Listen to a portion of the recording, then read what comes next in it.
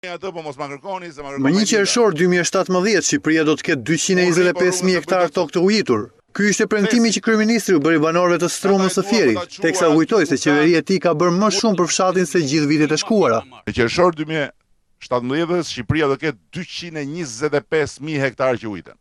Brenda vitit do të kemi edhe 61 ekskavator të rinj të tjerë që do t'i jepen bashkive.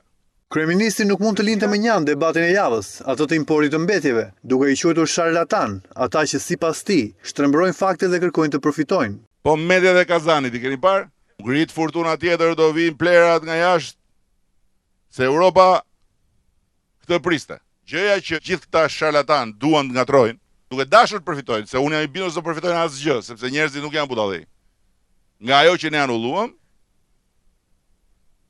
është që mafia, në fakt, është armiku më i madh i riciklimit. Rama nënvizoi luftën e policisë kundër fenomenit të kultivimit të kanabisit, ndërsa pranoi që në këtë trafik janë të përfshirë edhe punonjës të policisë. A kemi ne një problem me kultivimin e kanabisit? A kemi?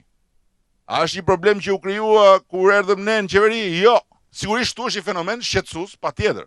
Është një fenomen cilit ne nuk i kemi dhënë fund, patjetër. Ne vitin e kaluar, sipas Guardias de Financës, kemi shkatruar 99.6%, kjo tregon që ne jemi në luftë me këtë fenomen. A ka njerëz edhe në radhë të policisë që korruptohen, që bashkëpunojnë, patjetër.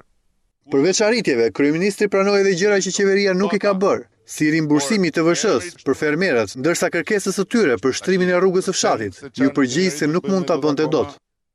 Që se kemi bërë dot.